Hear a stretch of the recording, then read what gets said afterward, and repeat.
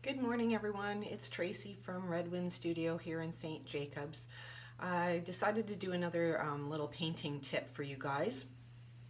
I'm working on this little table here that I'm getting ready for tomorrow evening. We're having a Moonlight Madness here in the village, and I'm going to be doing a painting demo.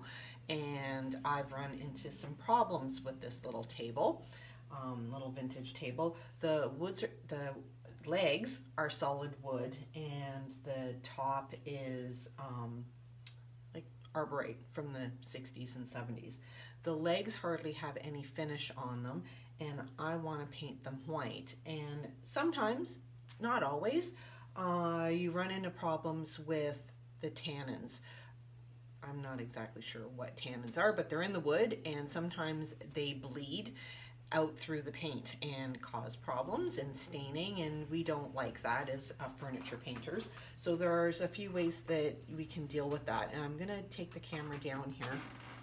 I'm going to get it up close so that you can see what it is that I'm talking about on the legs.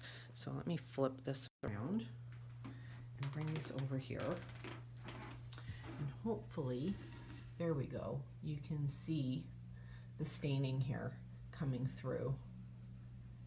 And since there's not much in the way of finish or old varnish or whatever they used on this left, I believe that this is the tannins that are coming through.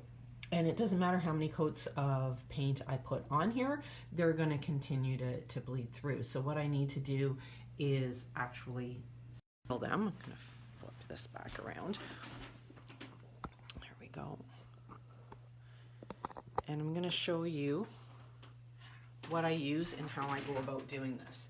So there's a few different products depending on what your project is and where you're doing it. Depends on what product you're going to use. Now they're all made by the same company. They're all Zinsser, and they're all shellac of some form.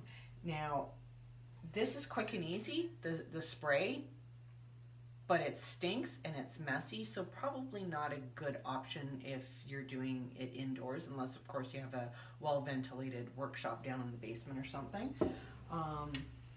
This is great for big projects, but if you're going to be distressing, it's white, and of course that's going to show through if you did distress.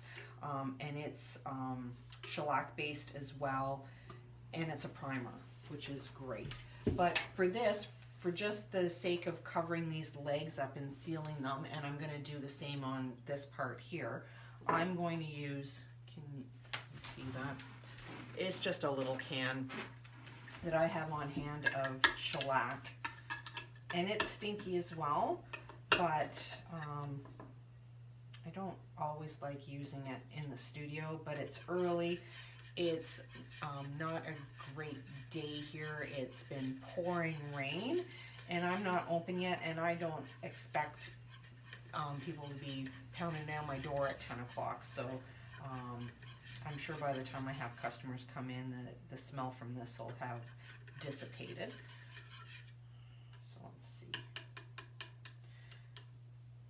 So I like to use disposable things when I'm dealing with shellac, because I don't want to have to deal with the cleanup and trying to figure out how to clean out good brushes and stuff. And so I use disposable things.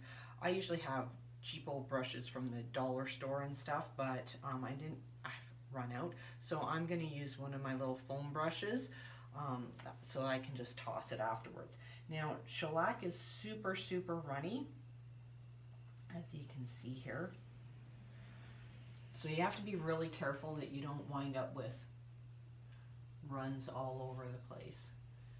So all I'm going to do is I'm going to completely cover this.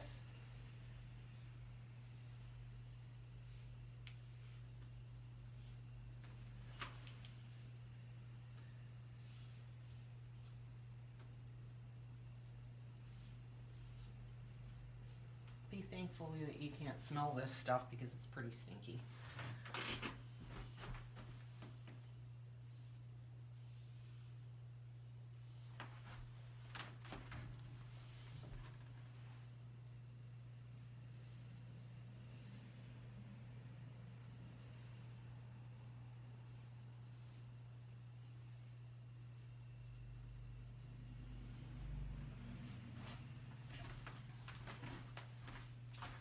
to go back. I'm just going to make sure I don't have any runs.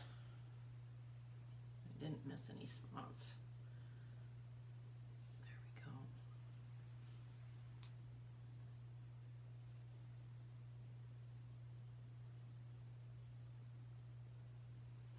There we go.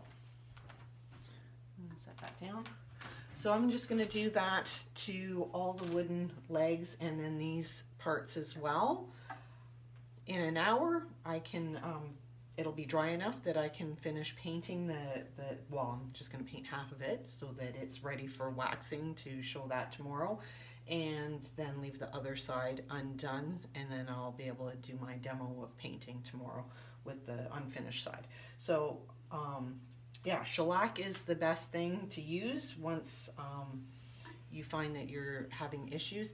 If you have something that you're pretty sure you're going to wind up with problems, you can certainly go ahead and do this step right away.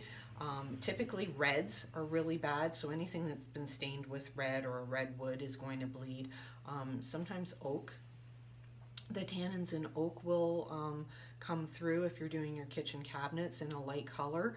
I haven't had an awful lot of issues with oak, but occasionally I do, and of course sometimes it's not the tannin, sometimes it's smoke that comes through, the nicotine, and who knows what else could be on pieces of furniture that are 50 years old.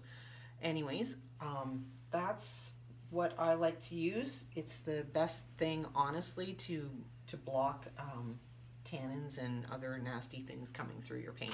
It usually isn't your paint's fault. It's usually something on the piece that you're painting that's coming through. So if you have any questions about using shellac or bleed through, message me or post a question here and I will get back to you.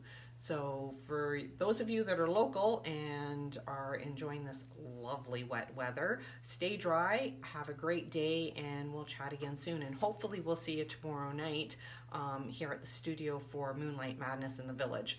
Thanks, bye.